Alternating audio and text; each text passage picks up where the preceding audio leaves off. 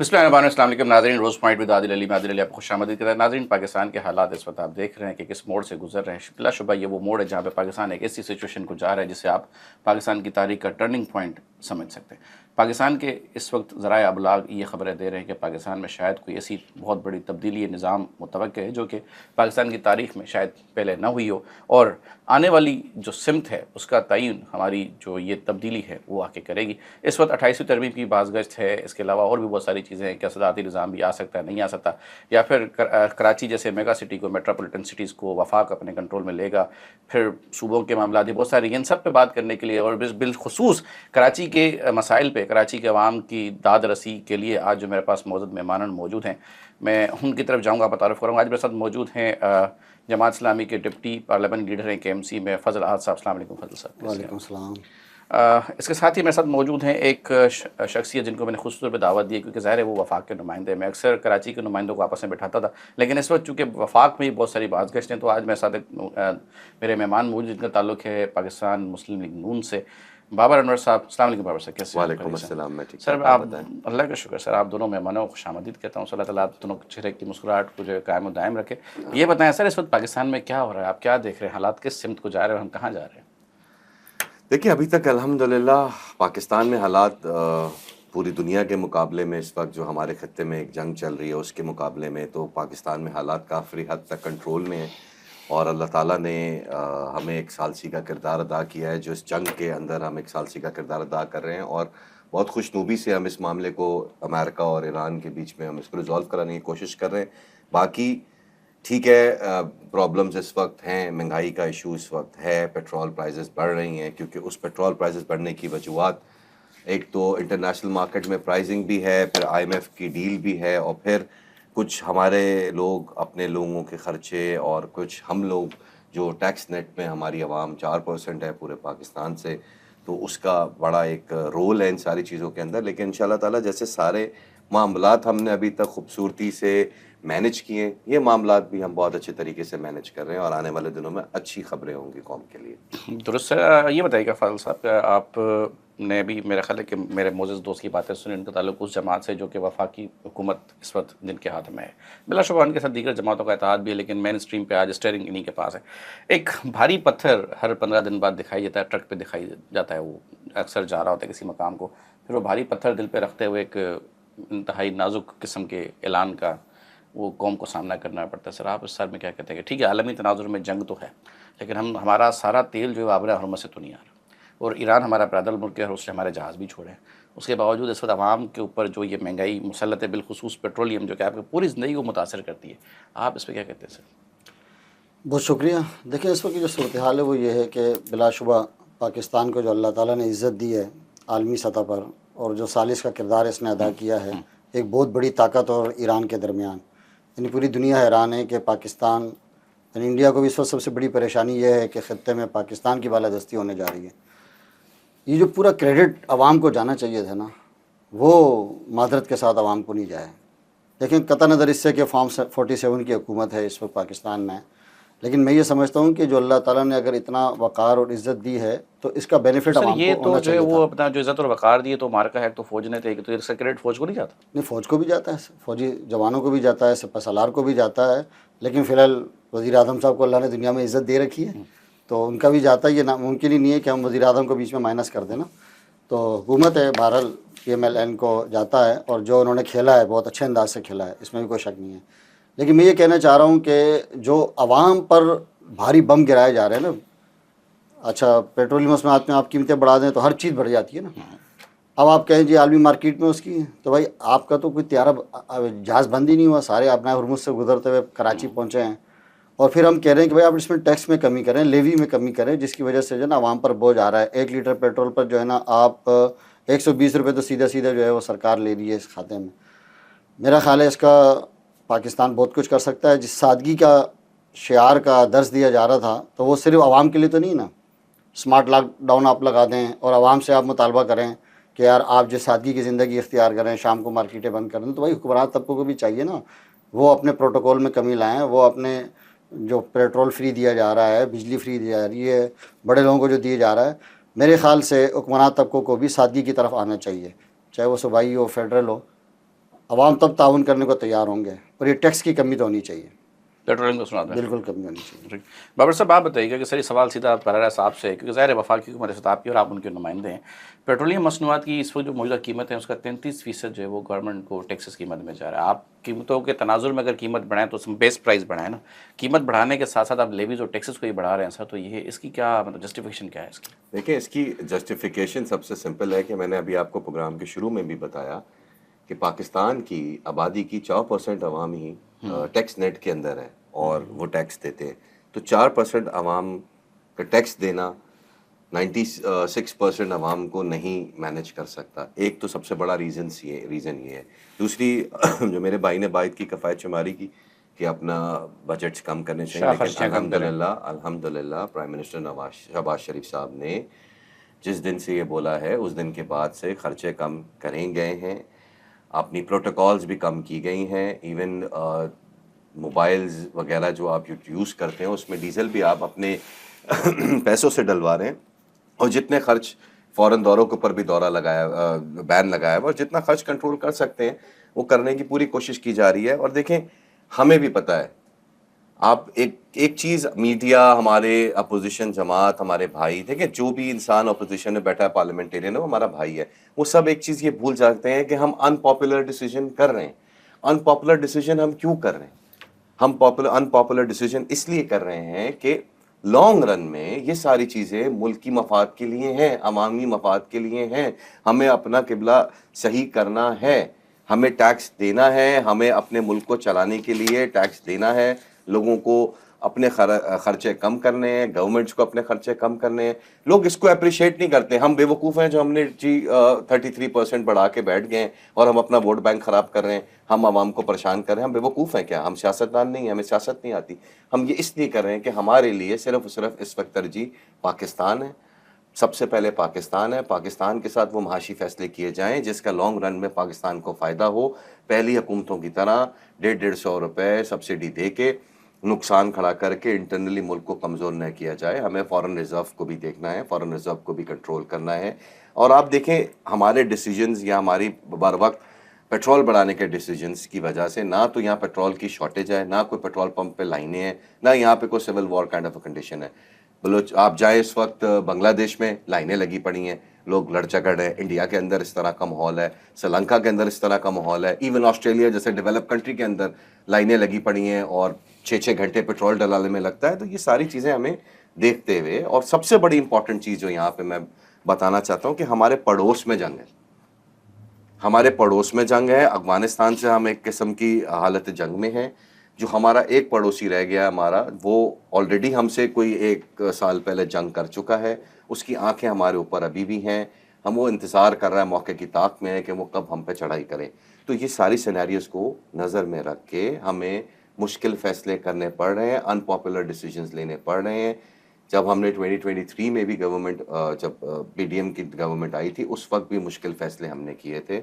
और ये फ़ैसले सारी इत्तेहादी पार्टीज़ को, इवन इत्तेहादी नहीं, सारे स्टेक होल्डर्स को, गवर्नमेंट के जो हैं सारे सीएम्स, उनको कॉन्फिडेंस में लेके उनको एलिबरेट करके, उनको एक्सप्लेन करके ये फ़ैसले लिए जा रहे हैं।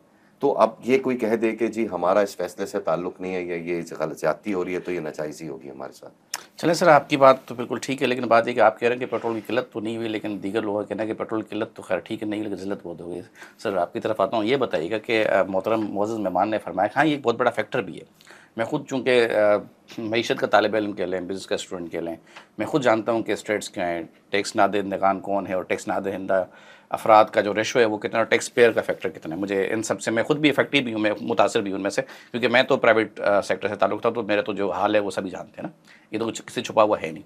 मेरा इंक्रीमेंट लगता है, मैं खुश होता हूँ, वहाँ टैक्स कट जाता है, मुझे यार वापस लो भाई, नहीं चाहिए, क्योंकि मेरा जो नेट पेबल है वो कम हो जाता है। आपसे सर ये जानना चाहूँगा कि टैक्स न देने की वजह क्या है? देखिए, पहली बात तो ये है कि बाबर भाई ने जो बात की है ना कि हुक्मरान ने अपनी शाखर्चियाँ कम कर दी है। मरियम नवाज साहब 11 अरब का जहाज़ खरीद रही हैं। वज़ीर आज़म साहब कराची आ रहे हैं, 37 गाड़ियों का काफ़िला चल रहा है प्रोटोकॉल में। बिलावल लाड़काना जा रहा है, 27 गाड़ियाँ लेके जा रहा है। यानी ये सर तो वो तो मैं कारकुनान होते हैं, वो तो नून लीग ने भी यही कहा था, पीयूष पांडे ने भी यही कहा, दोनों जमातों ने इस पे ये जवाब दिया कि सर वो तो कारकुनान की अपनी गाड़ी है। नहीं, कारकुनान की गाड़ियाँ नहीं है ना, आप प्रोटोकॉल देख लें, सारा सरकार के खर्च पे सारा हो रहा है। इसलिए मैं कह रहा हूँ कि जब आप आवाम से ये तवक्को कर रहे हैं ना, तो ख़ुद भी अपना रिजल्ट दिखाना चाहिए कि वज़ीर आज़म हाउस के खर्चे आपने कितने कम किए, सेक्रेटरीट के कितने कम किए, अपना कितना कम किया। बल्कि ये आप पाबंदी लगा दें ना। हाफिज़ साहब तो मुतालबा कर रहे हैं कि जितने सरकारी अफसरान हैं, जजेज़ हैं, या जितनी ब्यूरोक्रेसी है, और जो जिनको आप पेट्रोल फ्री दे रहे हैं, पेट्रोल ख़त्म बंद कर दें इनका, 1380 गाड़ी पे आ जाएं।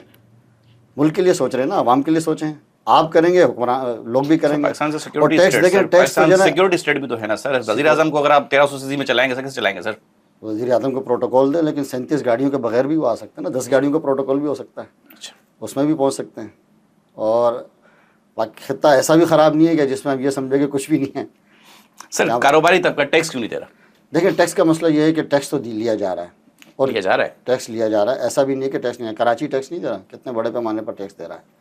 तो 4% कराची दे रहा होगा मेरा टैक्स तो जो है ना, कराची सबसे ज़्यादा शेयर है कराची के, लेकिन उसको कुछ भी नहीं मिल रहा। इसलिए कि ना इसको वफाक ऑन करता है, ना इसको सूबा ऑन करता है। कोई किसी भी हुकूमत ने आज तक मेरे ख्याल से कराची को ऑन नहीं किया। जितनी हुकूमतें आई हैं, चाहे जो डिक्टेटर भी आए हो ना, कराची को किसी ने ऑन नहीं किया। इसलिए कराची को हर किसी ने लूटा तो सही है।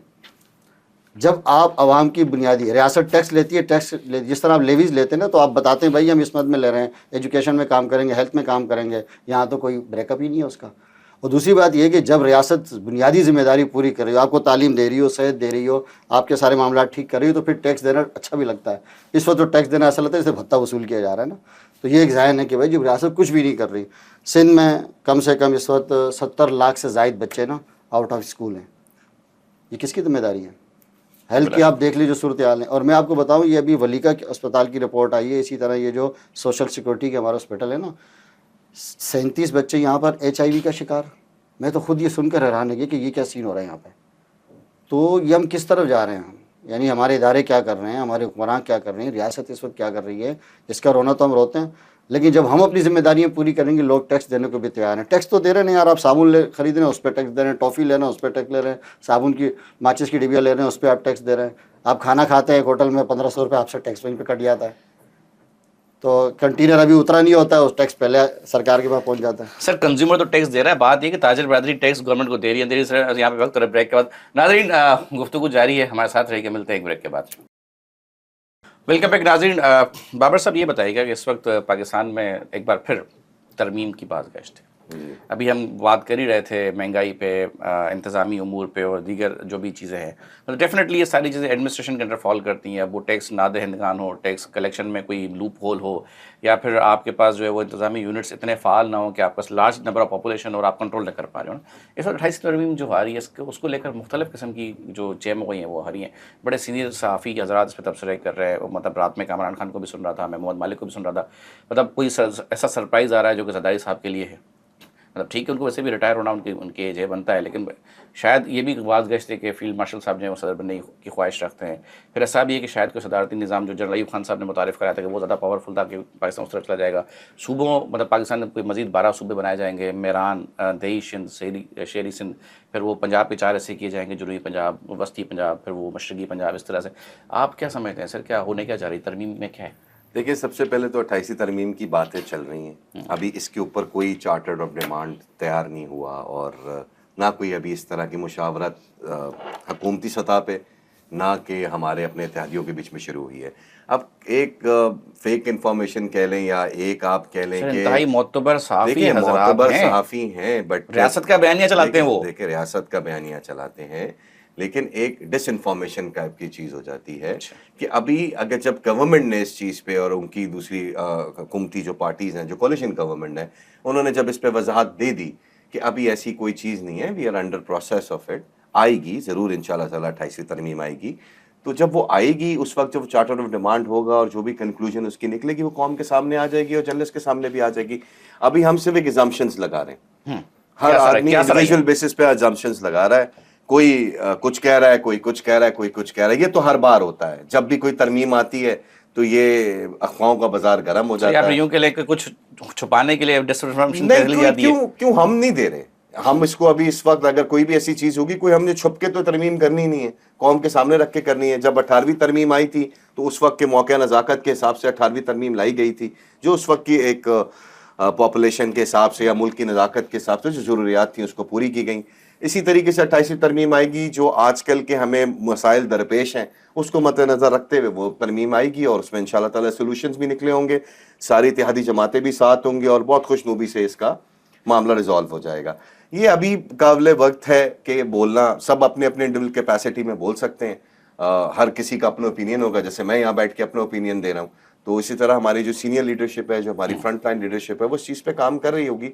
और ये डेली बेसिस के हिसाब से पीपल्स पार्टी की भी सीनियर लीडरशिप और हमारी भी सीनियर लीडरशिप आपस में इन चीज़ों पर डायलॉग करते रहते हैं, और एक वक्त जब होगा इस चीज़ का तो उस वक्त ये चीज़ ले आई जाएगी।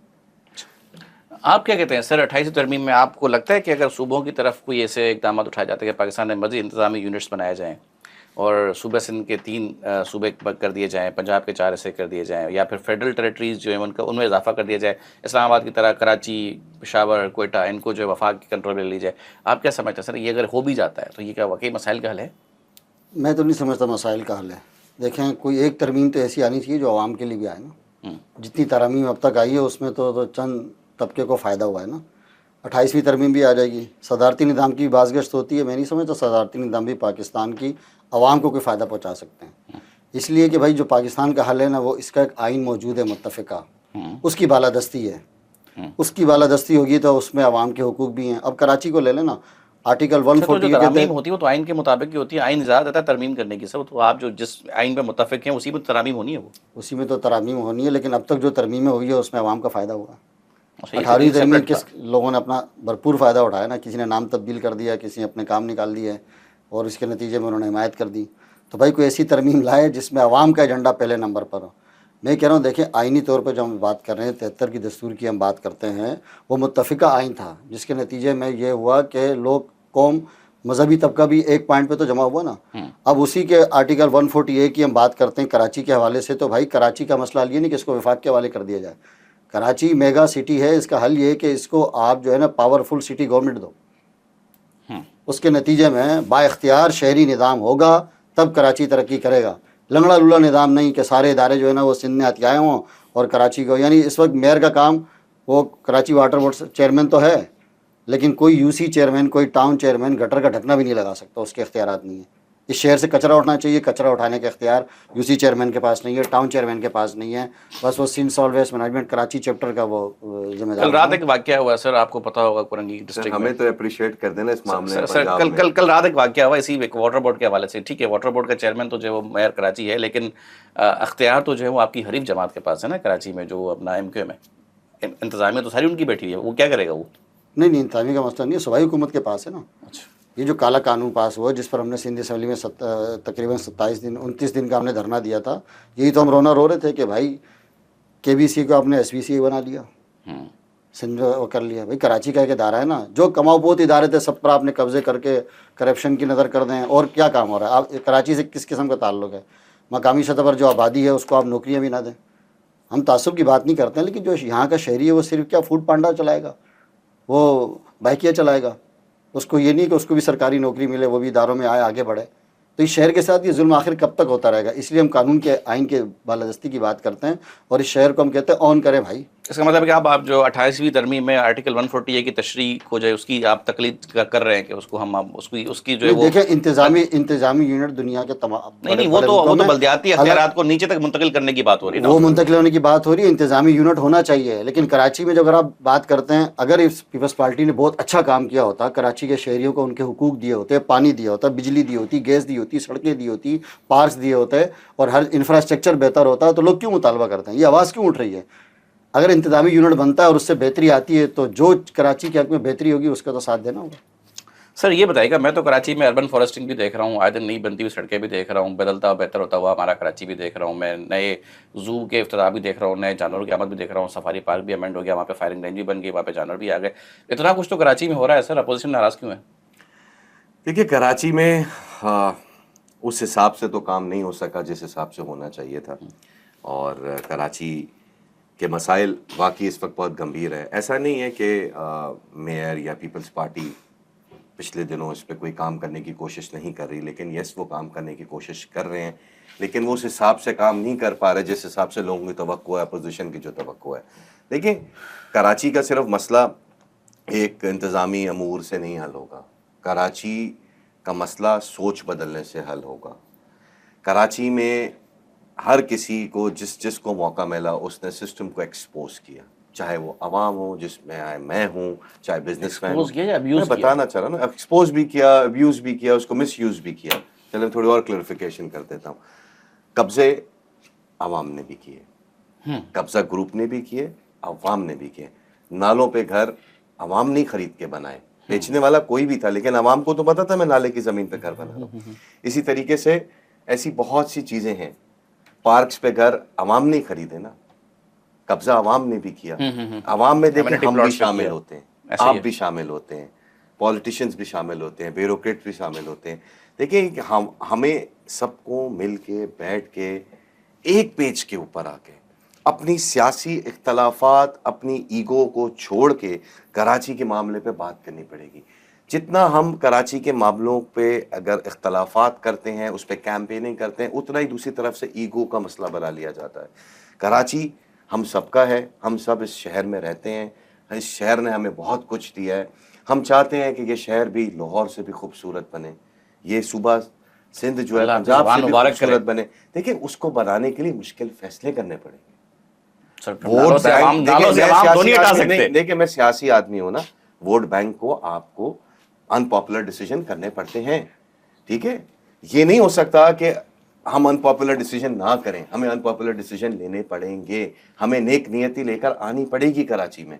ये भी नहीं हो सकता कि अगर जमात इस्लामी का कोई मुतालबा है तो हम उसको सिर्फ इस पॉइंट ऑफ व्यू के उसको रिजेक्ट कर दें कि जमात इस्लामी का मुतालबा है। नहीं, जो चीज़ें हमारे शहर के लिए, हमारे सूबे के लिए अच्छी हों, उसके ऊपर मेयर को बैठ के लोगों को एक पेज पे रख के काम करने चाहिए। थोड़ी उनको भी अपनी ईगो कम करनी चाहिए और अपोजिशन पार्टी को भी अपनी ईगो कम करनी चाहिए।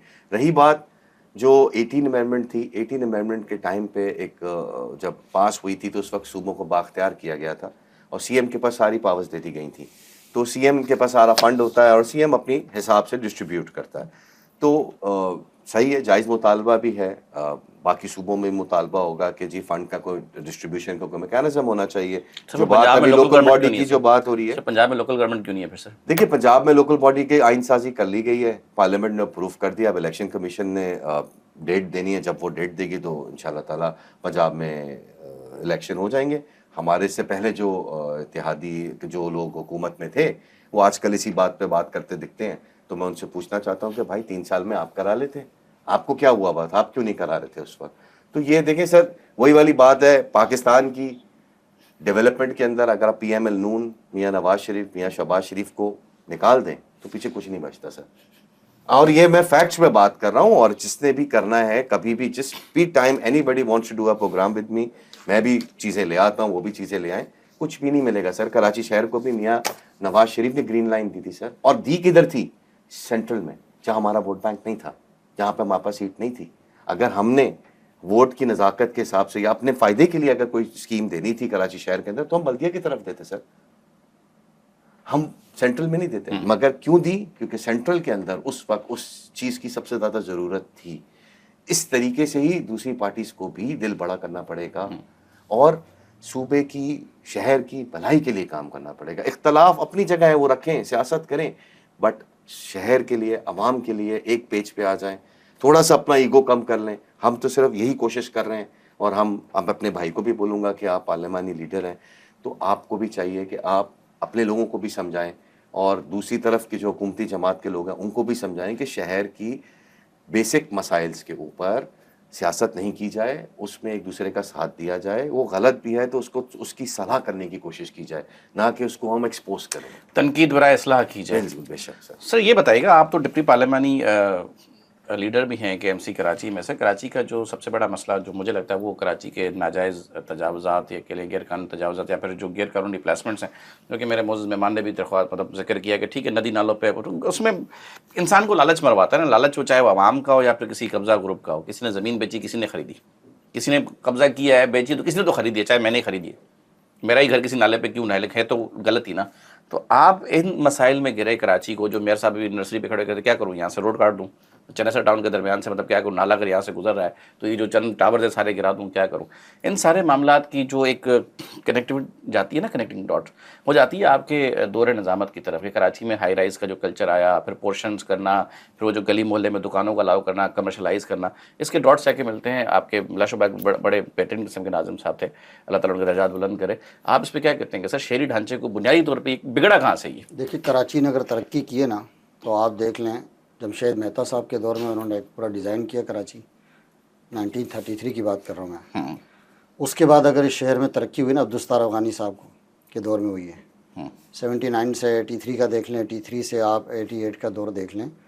उस वक्त वफाक से उन्होंने मुतालबा किया, जो हब डैम अभी 2 अजला को पानी सप्लाई कर रहा है, उसके बाद K3 का मनसूबा नेमतुल्लाह खान से मुकम्मल किया। तो मैं बाबर भाई से ये कहूँगा ना कि भाई वफाक यहाँ पर जब ग्रीन लाइन बना रही थी तो K4 का मनसूबा क्यों मुकम्मल नहीं किया? ये भी मुकम्मल कर दी थी कराची के शहरियों के लिए। और फिर अगर मुल्तान की ग्रीन लाइन और लाहौर की वो अगर 14 माह में बन रही है, तो ये क्यों 2.5 साल का और 3 साल का अरसा लग रहा है कराची के उसमें? वो भी वफाक का प्रोजेक्ट था। अभी आप इसको देख लें, जो इस वक्त शहरी हुकूमत है ना, मैं इसलिए तनकीद कर रहा हूँ, जो हुकूमत पर होता है उन पर तनकीद की जाती है। अपोजिशन का काम होता है तनकीद करना, हुकूमत का काम होता है काम करना, आवाम को मुतमईन करना। 1280 अरब की हब कैनाल बनी और कौंसिल में एक दूसरे को मुबारकबाद देने, बिलावल भुट्टो का विजन है हम पानी देंगे, और आजमाइशी तौर पे 30 MGD पानी छोड़ा और 12 जगह से वो बैठ गई। और उसके बाद सवाल जो था ना, वो कराची का बुनियादी तौर पर इंफ्रास्ट्रक्चर की तबाही का, इंफ्रास्ट्रक्चर की तबाही की बात कर रहा हूँ। उसके बाद ये देखें कि अगर किसी के MQM हर सूबाई हुकूमत के साथ मिली हुई थी, वफाक का वो हिस्सा थी, और इसकी तबाही और बर्बादी में सबसे बड़ा हाथ उसका है। ये जितनी इंक्रोचमेंट हुई है, तो भाई उसके बाद ये आए ना, कोई एक्शन लें, सूबाई हुकूमत ले, अभी ले हुकूमत। आपका डायरेक्टर इंक्रोचमेंट जो है, एंटी इंक्रोचमेंट, जहाँ जहाँ बैठे हुए हैं, उसकी नाक के नीचे सारी चीज़ें नहीं हो रही, उसको नज़र नहीं दें। तो भाई जब ये बन रहे थे उस वक्त भी हम चीख रहे थे कि इस तरह नहीं होना चाहिए। नेमतुल्लाह खान साहब ने जो कमर्शलाइज़ किया था ना, ये तो आप इस्तांबुल को देख लो, उसकी क्या हालत थी। तो ये बर्दगान जब मेयर आए तो उसने भी किए, मनसूबे बनाए, उसके बाद कंटिन्यू रहते हैं ना मसले। तो मुस्तफ़ा कमाल की तो किस्मत अच्छी थी कि उससे पहले नेमतुल्लाह खान साहब थे, तो उसके सारे मनसूबे उसके बाद उन्होंने तकमील की तख्तियाँ लगाई। और ये मैं नहीं कह रहा, ये तो गवर्नर रशीद बात कह रहा था, ये तो आमिर रियाकत ये बात कह रहा था कि भाई इसकी किस्मत ये अच्छी थी कि जितने मनसूबे थे वो इसके दौर में मुकम्मल हुए, नाम उसका ऊपर चला गया। तो जिसने भी तबाह बर्बाद किया है कराची को, इसके इंफ्रास्ट्रक्चर को ख़राब किया है, तो हम तो बैठने को तैयार हैं। हम तो इस शहर की तरक्की चाहते हैं। इस वक्त हमारा 9 टाउन हैं, 87 UC हैं। हम चैलेंज दे रहे हैं आपको, उसमें आप करप्शन का हमें कोई वो धब्बा दिखा दें, उसमें आप हमारे पास फंड SSG के रोड कटिंग के बद में जो आए, जहाँ जहाँ पर हमें उन्होंने NOC जारी कर दी, अभी गुलशन टाउन की बाकी है, बाकी सब जगह काम शुरू हो गया। सर मुझे एक ब्रेक पे जाना है, यहीं से कंटिन्यू करूंगा आपसे। नाज़रीन यहाँ पे वक्त हो एक ब्रेक का, मिलते हैं ब्रेक के बाद। वेलकम बैक नाज़रीन। सर आप बता रहे थे कि आपके पास 9 टाउन है और आपके पास टाउन चेयरमैन भी हैं, तो आप बता दें कहीं पे कोई माली बेज़ाब्तगी हुई हो या फिर कहीं पे करप्शन वगैरह कोई ऐसी कोई दास्तान सुनाई दी हो। हम सोशल मीडिया के सार्फिन कह सकते हैं कि दौरे जदीद के बच्चे, मतलब मिलेनियल्स हैं, थोड़े से 90s वाले हैं, लेट 80s वाले हैं।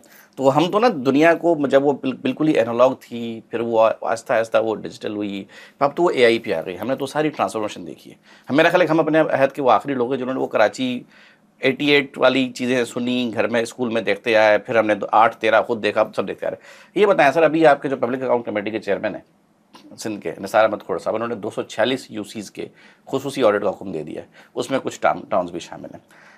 जमात इस्लामी के टाउन्स में तरक्याती काम जो यहाँ के आपकी जो आपके अमीर साहब की हल्का इंतखाब है, जो UC है उनकी, वहाँ पे पीपल्स पार्टी काम कर रही होती है खड़ो के, और जहाँ पे पीपल्स पार्टी काम कर रही होती है, हम खुद देख रहे होते हैं सोशल मीडिया पे, दोनों तरफ से जो उनके आपके जो है ना कारकुनान, दोनों जमातों के एक दूसरे लड़ रहे होते हैं। काम जहाँ पे पीपल्स पार्टी करिए वहाँ जमात रोक देती है, जहाँ जमात करिए वहाँ पीपल्स पार्टी रोक देती है। तो जब आप दोनों शहरी जमातें एक दूसरे को काम ही नहीं करने देंगे सर, तो फिर ये काम होगा कैसे? कहाँ पे जब पीपल्स पार्टी हमारी UC या टाउन में काम करे और हमने रोका, बताएं किसी पार्क पे? सर वो तो मेयर साहब तो आए दिन कह रहे हैं ना कि टाउन आपका है, काम मैं कर रहा हूँ। नहीं, मेयर साहब बताए ना, लियारी टाउन में काम नहीं कर रहे हैं मेयर साहब, बल्दिया टाउन में क्यों नहीं कर रहे हैं, माड़ीपुर टाउन में क्यों नहीं कर रहे हैं मेयर साहब, कोरंगी टाउन में क्यों नहीं कर रहे हैं मेयर साहब, सफूरा में क्यों नहीं कर रहे, चनेसर में क्यों नहीं कर रहे?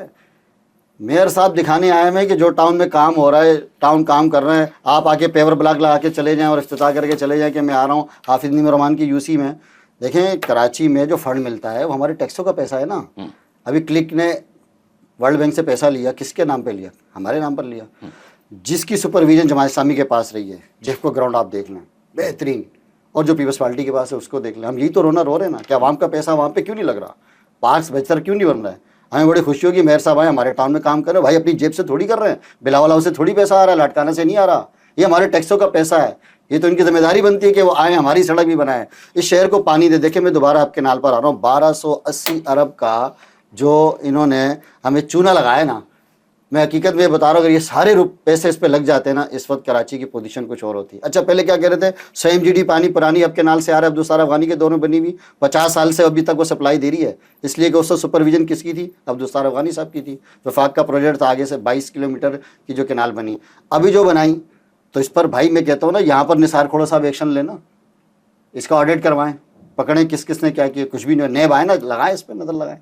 हम तो तैयार है, हमारे 9 टाउन क्या कराची के 25 टाउन पे 3 PTI के पास हैं, बाकी म्यूनसिपैलिटी के पास है, इनका भी करीम साहब से इन्होंने रिज़ाइन लिया है, आप उसकी सुन ले, दास्तान करप्शन के लियारी टाउन में आपको सुनाएंगे सर। उनके तो फिर देखें, ये तो देखिए दो तरफा एलिगेशन है। अब तो उनके ये फुटबॉल एसोसिएशन की बातें मंजर पे आ रही है, तो देखें ये तो फिर बहुत सारी बात है ना, इस डिबेट में जाऊंगा तो बहुत टाइम चलेगा। सर आप बताइएगा कि K4 का जो मामला, जो मेरे मौजूद मेहमान बता रहे हैं, वफाक की तरफ उंगली उठा रहे हैं, सर आप कितने मेहरबान है कराची में, सर बातों के अलावा प्रैक्टिकली। K4 मैं अब आपको अपने पहले तो K4 का जवाब तो आपको देता हूँ, मगर मैं पहले बता देता हूँ कि इस शहर में या इस सूबे में जितने भी मेगा प्रोजेक्ट्स हैं तकरीबन उसमें सब हमारे ही लगाए हुए हैं। देखिए ग्रीन लाइन हमारा एक मंसूबा है, ठीक है, हमारा नहीं है, एक हमारी आवाम की खिदमत के लिए एक मंसूबा है। फिर हम बात करते कराची हैदराबाद मोटरवे, वो भी हमने बना के दिया। सखर मुल्तान मोटरवे, वो भी हमने बना के दिया। इस शहर को 1100 मेगावाट बिजली भी हमने दी, ठीक है। इस शहर का जो आपका लियारी एक्सप्रेस वे एक साइड कंप्लीट थी, दूसरी नहीं हो रही थी, वो भी हमने कंप्लीट करके दी। इस शहर को सबसे पहले जो अमन, जो सुकून, जो यहाँ पे एक बदअमनी थी, वो ख़त्म करने वाले भी, अनपॉपुलर डिसीजन लेने वाले भी, वो भी हम ही थे। रही बात K4 की, K4 प्रोजेक्ट भी कुछ महीनों के अंदर कंप्लीट हो जाएगा। वापडा के इश्तियाक से वो प्रोजेक्ट कंप्लीट कर दिया गया। आगे के जो डिस्ट्रीब्यूशन का जो सिस्टम है, वो सिंध मैकेनिज्म, वो सिंध गवर्नमेंट का काम है, क्योंकि हमारे पास इतने ही इख्तियारात हैं, एक फेडरल गवर्नमेंट के पास इतने ही इख्तियारात और इतने ही फंड्स हैं कि हम यहीं तक ही काम कर सकते हैं। सूबाई गवर्नमेंट्स पावरफुल हैं, NFC अवार्ड्स के बाद से सूबाई गवर्नमेंट अपने फैसलों के खुद जिम्मेदार हैं, उनके पास अपने फंड्स हैं। इस वक्त हम फेडरल गवर्नमेंट के पास फंड्स कम है, सूबाई गवर्नमेंट्स के पास फंड्स ज़्यादा हैं, फिर भी फेडरल गवर्नमेंट अपना काम कर रही है जो वो कर सकती है कराची शहर के लिए। और रही बात, अगर लोग हमसे सवाल करते हैं, बहुत ज़्यादा करते हैं कि जी पंजाब में इतनी डेवलपमेंट है, लाहौर में ये हो रहा है, पंजाब में ये हो रहा है, फैसलाबाद में प्रोजेक्ट बन रहा है, वहाँ तो अब तकरीबन 5-6 जगह पे मेट्रो बसेस बन चुकी हैं, हमारी कराची शहर में क्यों नहीं होता। तो हम यही कहते हैं कि जी हमारे पास इख्तियारात नहीं हैं, हम आपको जवाबदेह नहीं है, क्योंकि हमारे पास यहाँ पे इस वक्त कोई भी ऐसी इंतज़ामी अमूर हमारे हाथ में नहीं है। इंतज़ामी अमूर पीपल्स पार्टी के पास है, इंतज़ामी अमूर PTI के कुछ लोगों के पास है, इंतज़ामी अमूर जमात इस्लामी के लोगों के पास है, MQM के लोगों के पास है, तो वो ही जवाब दे सकते हैं इन चीज़ों के हमसे बेहतर। रही बात प्राइम मिनिस्टर शहबाज शरीफ टोटली फोकस है कराची शहर के ऊपर, और आने वाले दिनों में इंशाअल्लाह ताला ये थोड़ी सी वॉर जो हमारे सर पे है, मंडरा रही है, ये ख़त्म हो जाए और थोड़ी माशी हालात बेहतर हो जाए तो कराची शहर के लिए बड़ी मेगा स्कीम भी होंगी। और आप यकीन करेंगे, वो पिछले दिनों हम खैरपुर गए थे, हमने 11,000 लैपटॉप खैरपुर यूनिवर्सिटी के अंदर बांटे हैं। प्राइम मिनिस्टर यूथ प्रोग्राम के बैनर के अंदर ये डिस्ट्रीब्यूट किए गए हैं। हम इस शहर के नौजवानों को लैपटॉप भी दे रहे हैं। अब हम शहर के बच्चों को लिए भी हम एक लैपटॉप प्रोग्राम ला रहे हैं, क्योंकि IT और लैपटॉप्स, ये गैजेट्स बहुत ज़रूरी हो चुके हैं आजकल के बच्चों के लिए, क्योंकि दुनिया पास है। नहीं, हम तो दे रहे हैं ना, कुछ ऐसे बच्चे हैं जो गरीब बच्चे हैं, या जो जिनके इस वक्त माशी हालात ऐसे नहीं है, बहुत से बच्चों के पास नहीं भी हैं सर। और ये लेटेस्ट टेक्नोलॉजी का लैपटॉप है जो 4-5 साल 6 साल के लिए बहुत फ़ायदेमंद होगा लोगों के लिए। और IT के बगैर तो आजकल आपको पता दुनिया चल नहीं रही। हम अपनी, फिर एक ही बात करूँगा कि हम अपनी हर पॉलिटिकल पार्टी के साथ, कराची के स्टेक होल्डर्स के साथ, कोलिशन गवर्नमेंट के साथ, हम बिल्कुल उनके साथ हैं। हम डेडलॉक्स ख़त्म करते हैं, हम लड़ाई झगड़े ख़त्म कराना चाहते हैं, ताकि इस शहर की डेवलपमेंट मजीद हो सके, इस शहर के मसाइल हल हो सकें और पूरे सिंध के मसाइल हल हो सकें, बलूचिस्तान के मसाइल भी हल हो सकें, खैबर पख्तूनख्वा के भी मसाइल हल हो सकें, क्योंकि हमारे लिए पूरा पाकिस्तान है, प्राइम मिनिस्टर पूरे पाकिस्तान के हैं। हम सिर्फ एक पंजाब के या हम सिंध के या हम बलूचिस्तान या खैबर पख्तूनख्वा के एक अलग इंडिविजुअल किसी सूबे के प्राइम मिनिस्टर नहीं, हम प्राइम मिनिस्टर पूरे पाकिस्तान के हैं। हम अपनी पाकिस्तानी अवाम के साथ खड़े हैं और हम पूरी मुमकिन कोशिश करेंगे पाकिस्तानी अवाम के हालात माहौल को बेहतर करने के लिए।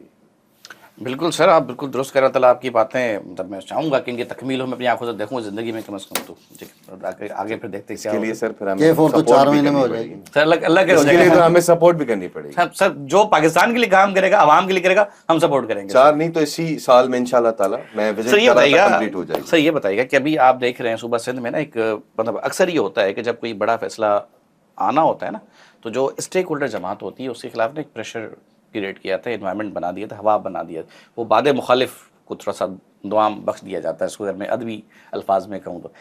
इस वक्त तकरीबन तमाम जमातें जो कि एंटी पीपल्स पार्टी हैं, उनमें जीडीए कह लें आप, उनमें जो नेशनलिस्ट पार्टियां हैं, या फिर मैं एनपीपी नेशनल पीपल्स पार्टी की बात करें, दीगर जो भी नॉन पीपीपी कह लें आप, वो सारी इस वक्त एक्टिव हैं। जमात इस्लामी उनके साथ नज़र नहीं आती सर। मतलब क्या आप सूबे के अंदर तब्दीली, निज़ाम की तब्दीली नहीं चाहते, या सूबे की बेहतरी नहीं चाहते? क्योंकि देखें, पॉपुलर डिसीजन या पॉपुलर कमेंट कह लूँ मैं, या पॉपुलर राय कह लूँ, वो ये है कि भाई पीपल्स पार्टी तो या सूबे की तबाही के जिम्मेदार है, और ये तो आप भी कहते हैं। लेकिन जब ये सारे स्टेक होल्डर एक तरफ साथ खड़े हैं, आप वहाँ नज़र नहीं आते। देखिए, इत्तेहादी सियासत में तो हमें बड़ा नुकसान हुआ है ना, हर कोई अपने मफाद के लिए जमा होता है। तो हाफिज़ साहब ने बहुत क्लियर कर दिया कि हम तो अवाम दोस्त पॉलिसियाँ बनाएंगे, अपनी जिद्दजहद करेंगे, अपने प्लेटफार्म से करेंगे। पीपल्स पार्टी के ख़िलाफ़ कराची में अच्छा हक़ाइक़ पर मबनी बात करते हैं ना, तासुब की बात नहीं। हमें किसी के चेहरे से मसला नहीं है कि बिलावल या जरदारी का मसला ये है कि भाई 43 अरब का बजट है ना सिंध सॉल्ट वेस्ट मैनेजमेंट का, पर डे 3.5 लाख रुपए हर यूसी को मिल रहे हैं। कचरा क्यों नहीं उठ रहा भाई इस शहर से? हम ये बात कर रहे हैं ना। अभी मेरे भाई ने बात की, बाबर भाई ने, कि वफाक जो है ये कर रहा है। तो चलें यार, ये बता दें ईरान पाकिस्तान गैस लाइन कब होगी? ये भी वफाक का काम है ना, हो जाएगा, कराची को भी उससे फ़ायदा होगा। यानी हम एक तरफ हमारी अल्लाह ने इतनी बड़ी इज़्ज़त रखी हुई है, दूसरी तरफ हम खौफ में इतना है कि हम वो अब ईरान ने अपना काम मुकम्मल कर लिया, हम अपना वहाँ तक यानी कि लाइन आगे लेकर अपने अवाम दोस्त फैसले कर सके। तो कराची के हवाले से और ये जो पीपल्स पार्टी का रवैया है, तो ये तो बिल्कुल ऐसा लगता है कि कराची को नोचने वाला है ना। सारे इदारे आप वो कर लें। अब क्या सैनिटरी का शोबा था ना, वो काम करता है, जैसे तैसे भी थे, उसके सारे काम होते हैं। हर चीज़ लेकर आपने सिंध गवर्नमेंट के पास ले ली है। और उसके बाद ये जो कौंसिल की मैं आपको सूरत हाल बताऊँ ना, ये पौने 2 साल तक एडमिनिस्ट्रेटर रहे। अभी मेरे 5 साल का अरसा इनका हो गया ना। 5 साल एक शख्स के पास बहुत टाइम होता है कराची को कुछ देने के लिए। लेकिन आप एजेंडा देखें, जितने इजलास हुए हैं ना, एक बिल्कुल पब्लिक प्राइवेट पार्टनरशिप के नाम पर कब्जे के एजेंडे आएंगे। कभी इस पार्क का, कभी यहाँ का, ये कभी इस बस टर्मिनल बनाने का, कभी किसी ग्राउंड का। कोई संजीदा, हमने इनसे कहा कि भाई अब इस शहर के पानी के मसले पर इजलास बुलाए। 2 दिन वाटर बोर्ड का इजलास हुआ। हाइड्रेंट के हवाले से मैंने पूछा, 7 हाइड्रेंट बताए। मैंने कहा उसकी टाइमिंग क्या है? बोला 18 घंटे। मैंने कहा जहाँ पर 6 नोज़ल हैं वहाँ पर 19 कैसे लगे? मैं निशानदेही करवाई। बोला अगली इजलास में मैं इसका जवाब दूंगा। अभी तक उसका जवाब नहीं मिला। फिर जब हम बात करते हैं, पूछते हैं कि भाई ये जो हक़ाइक़ हैं, सब कुछ आपके पास आने के बावजूद आप नहीं देना चाहते हैं। तो देखिए, वफाक भी हम चाहते हैं कि ये जो वफाकी हुकूमत की बात हो रही है, वज़ीर आज़म शहबाज शरीफ साहब, डायलॉग तो हम करते हैं, बावजूद इसके कि हम समझते हैं कि फार्म 47 की हुकूमत है। फ़लस्तीन का मसला हुआ, हाफिज़ साहब अपने वफ़द के साथ गए, वज़ीर आज़म हाउस गए, मुलाकात की और उनसे कहा कि इस पर हमें अपनी पाकिस्तान की पॉलिसी को वाज़ेह करना चाहिए। और भी इश्यूज़ होते हैं, बातचीत की जाती है, बावजूद इसके कि तहफ़्फ़ुज़ात तो मौजूद हैं। इसलिए कि इलेक्शन जैसा भी था, एक मुल्क का पॉपुलर लीडर, एक पार्टी के जिसने क्लीन स्वीप किया, पूरा मुल्क जीता, उसको जेल में डाल दिया। पहले उससे निशान छीना गया, उसके साथ ज़्यादती की गई। ये ज़्यादती आज उनके साथ है, कल किसी और के साथ होगी। आज एक सलाखों के पीछे माज़ी में किसी और साथ होती रही है, ये होती रही है ना। तो ये पाकिस्तान में ये चीज़ें नहीं हैं। एक हर अपनी बारी का इंतज़ार कर रहा है कि मैं कभी गेट नंबर 6 में खड़ा हूँगा, दूसरा कह रहा है मैं कब दूँगा 4-6 कहते हैं। तो ये नहीं होना चाहिए। जितनी सियासी देखें, एपीडीएम जो बनी थी उसमें जो लंदन में बनी थी, उसमें कुछ फैसले हुए थे जिसमें मोहतरमा बेनज़ीर भुट्टो मौजूद थी, मियां नवाज शरीफ साहब मौजूद थे। वो तो मिसाल की जमहूरियत था, वो तो पीडीएम तो बनी है नहीं। उसमें ये जो अभी आप 2022 की बात करें, 2022 की बात नहीं कर रहा मैं, तो लंदन में जो हुआ था जब ये जलावतनी में थे। अच्छा ठीक है, वो तो ठीक है। वो तो उस वक्त ये बातें हुई थी कि हम परवेज़ मुशर्रफ की उसमें बाइकआउट करेंगे, इलेक्शन में हिस्सा नहीं लेंगे। लेकिन उसके बाद ये हुआ कि जमात इस्लामी ने बाइकआउट किया तो सबने हिस्सा ले लिया। आप तो उस वक्त मुक़द्दम मजलिस अमल के प्लेटफॉर्म पे थे ना? नहीं, वो बाद में हुआ, उसके बाद हुआ। उससे पहले नहीं हुआ। आप उस पर तो MMA इसलिए अगर सारी सियासी कुव्वतें एक हो जाए ना, वो जमा हो जाए, फिर इस मुल्क के लिए बहुत कुछ सोचा जा सकता है। सर बाबर साहब ये बताइएगा कि नून लीग सूबा सिंध में कहाँ खड़ी है सर? आप वफाक में मेरा ख्याल है आपका चौथा टेन्योर है, ठीक है। सूबे में एक बार आपका वज़ीर आला मेरा ख्याल है रहा है, ठीक है, लेकिन तंजीमी तौर पे आपकी जमात जो है काफ़ी कदरे पीछे दिखाई देती है, और इस वक्त जो हाल है मेरा ख्याल है आप एक वफाक की इंतहाई अहम जमात हैं। सूबा सिंध में आप कहाँ खड़े सर? देखिए, सबसे पहले तो मैं आपकी बात का भी जवाब दूंगा। एक भाई ने मुझे बात बोली थी तो मैं उसका जवाब जी देना बिल्कुल दें सर, बेहतर आपका पूरा समझता हक हूँ। है।